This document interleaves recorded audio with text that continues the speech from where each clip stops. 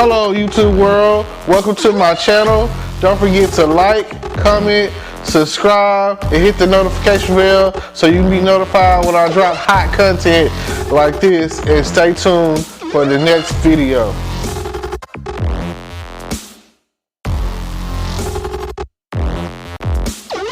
Hello podcast world, welcome to my channel. Today I'm here coming at you talking about the episode I just watched on FBI Most Wanted. It's another one of Twicth's shows, and basically the episode was very intense, and that's why I wanted to talk about it. It was about a mall shooting, a very organized terroristic mall shooting. I think it was about 4 or 5 guys. They basically came in armored up with assault rifles, and they had all the exits to the mall set with like C4 explosives, and they were just going through, like, it didn't matter who you were or whatever. They were just going through and mowing you down, you know what I'm saying? They were going from store to store shooting everyone. And fortunately enough,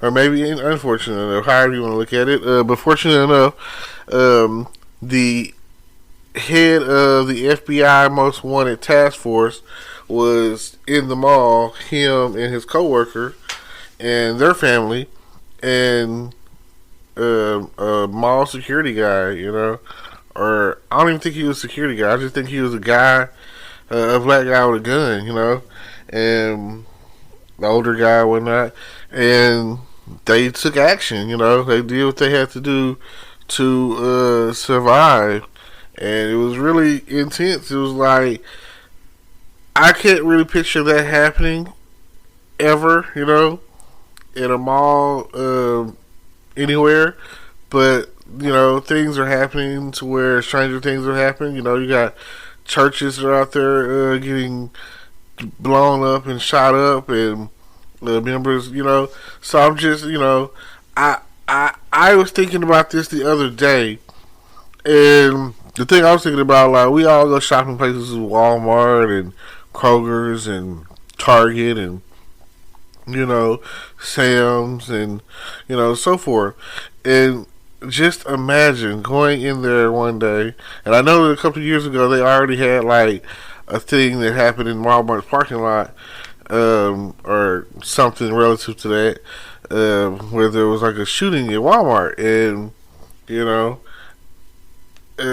world is becoming more and more a scary place, and I just, I pray for everyone's safety, and I pray that everything is okay, that everyone's family is okay, and that that we've all survived, and we're surviving the pandemic of 2020 to 2021, or 2019 or whatever is when it first came on the scene. So we're going in 2 years of dealing with COVID and the Delta variant, and now it's at the point where it's got to the point where it's the Omicron variant. It sounds like so unrealistic. It sounds like something that you would see in a movie, and something that you say to yourself, like, oh, that could never happen, or I can't really picture that happening. Now it's at the point where COVID is such a real deal that the mask will never go away. That will always be a thing. And there was a point in time where you could have went in the store with a mask on, and they were like, take your mask off, but that's not the case now. We're at the point where they want you to mask up. So it's just strange times that we're going through and what we're dealing with compared to how we grew up. There was a point in time where neighborhoods were safe, and kids were safe, and children were safe or whatever, and people didn't even lock their doors. I know some people, some older families, whatever, who still, like, they live in the country, whatever, who still don't really lock their doors, who live, like, they leave their front door just wide open, and expect no expectation of any issues or whatever. But I mean, hey, they also believe in their Second Amendment right to bear arms. So they're it's crazy. So just think about that. And I know I'm in Texas, and it's at the point where it's open season. Everyone has a gun. Like, they don't care anymore. They're like, hey, if you need to protect yourself, stand your ground. So you feel like you're in fear of your life or whatever. Guns, guns, guns. It is probably the most lenient gun state ever. I know in the South it definitely is. Everyone's got a rifle. Everyone's out hunting and shooting deer and if it calls for it, shooting people. Pow. Oh yeah, he stepped on my property, and you know what? I'm okay with that. Because the way things are going right now, I'm not really a gun person. I don't feel like I'm in fear of my life. I feel okay.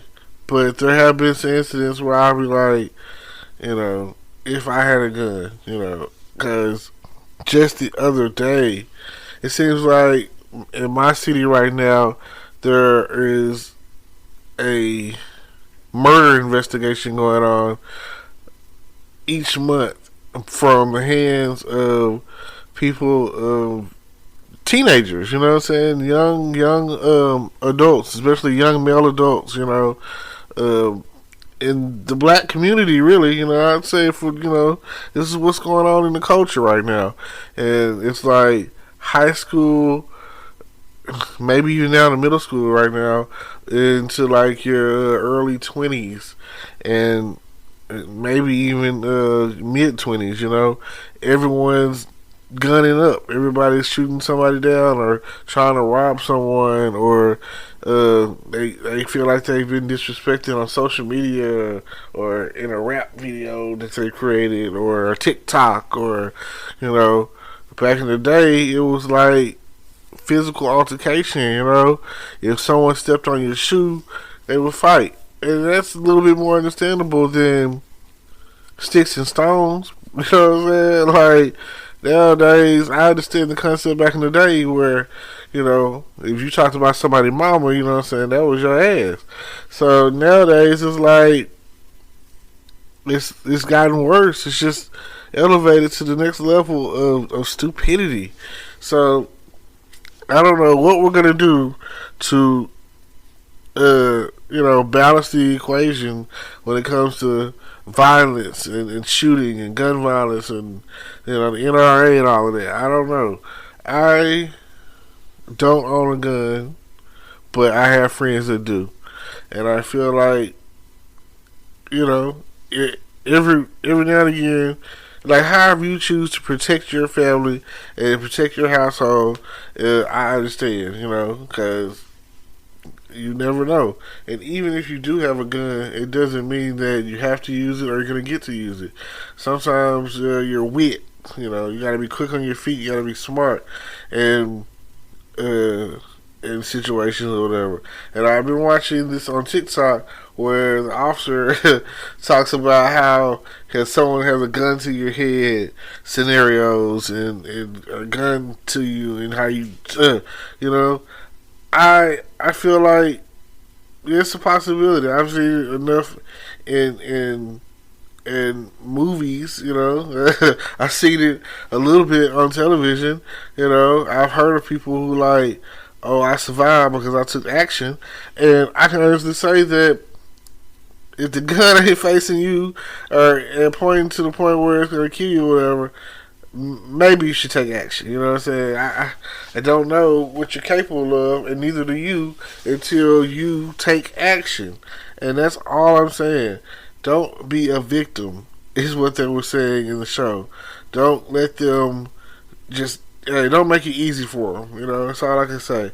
If something is going on to where someone's broken in your home, or somebody's coming at you, even if you end up having to fight someone, don't make it easy for them. Don't just throw the fight. Don't just give in.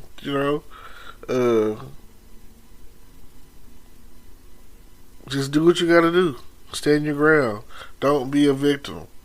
And I love it. I feel like if you're gonna be a superhero, then be super. If you're going to protect your family, then protect your family.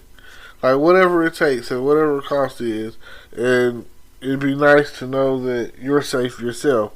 So, and I don't know.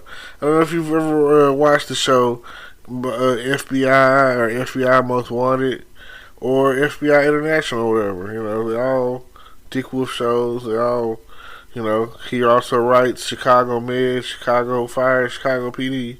Cause hey, tonight is Wednesday. Got Chicago Wednesdays coming on, and then he likes all the Law and Orders, and Law and Order SVU, whatever, one of the longest running series as far as drama thriller or whatever of it. So I watched all of that. Pretty much everything that Dick Woods puts out, I watch it.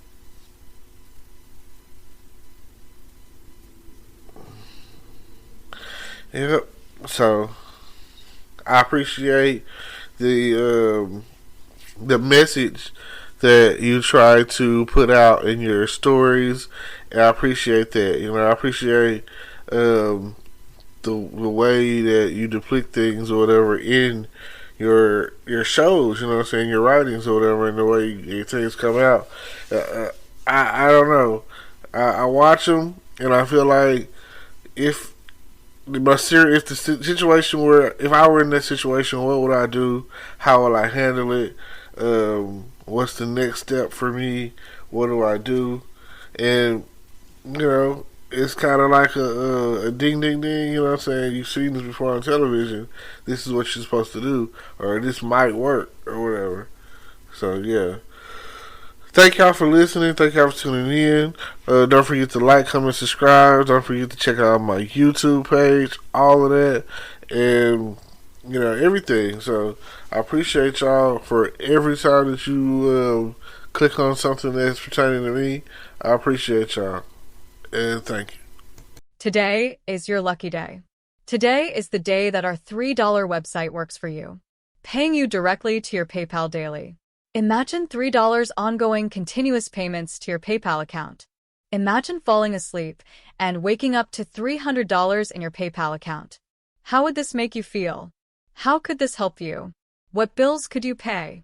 What kind of fun could you have? What does that retirement look like now? All for a one-time payment of $3. This website is DFY done for you, fully built and completely hosted, and never stops collecting payments for you. You have spent $3 on coffee on a regular, but that coffee won't help you create multiple streams of income. Click the link below.